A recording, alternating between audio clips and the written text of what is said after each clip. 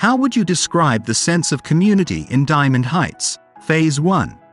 I would describe the community in Diamond Phase 1 as a peaceful community wherein I can safely do what I want inside the community, such as walking with my dogs. Can you highlight some of your favorite features or amenities in your home or the community? Aside po sa yung nakikita po dito sa inside the community, such as yung basketball court and clubhouse, ang masasabi ko rin po na favorite ko na nandito sa community is yung ating pong security guards. Kasi po, very friendly po sila, ganun. Tapos, yun. How would you describe the relationships with your neighbors?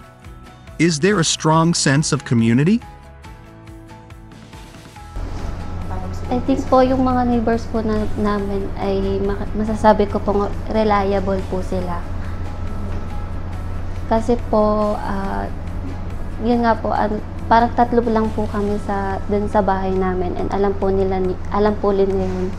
Nabanggit po nila na pag po may problema, ganun, pwede po silang tawagan, ganun, or hingan ng tulong. On a scale of 1 to 10, how satisfied are you with your decision to live in Diamond Heights Phase 1, and why? Sa akin po is 8 po.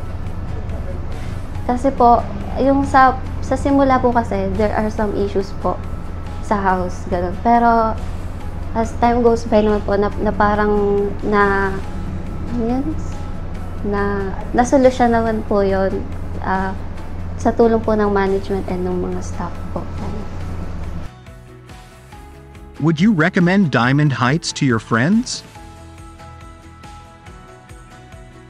For me naman po, marirecommend ko naman po yung kung may bibili man po or bibili man po ng house dito sa Diamond Heights. Kasi nga po, yun nga po, number 1, yung mga tao naman po dito, in particular po yung guard po natin, very friendly po sila. So, masasabi ko po na pag po ganun yung tao na nasa isang subdivision, ganun, hindi po, para ma-feel po ng mga tao na ay safe sila, ganun, and secured sa pagsistay nila dito.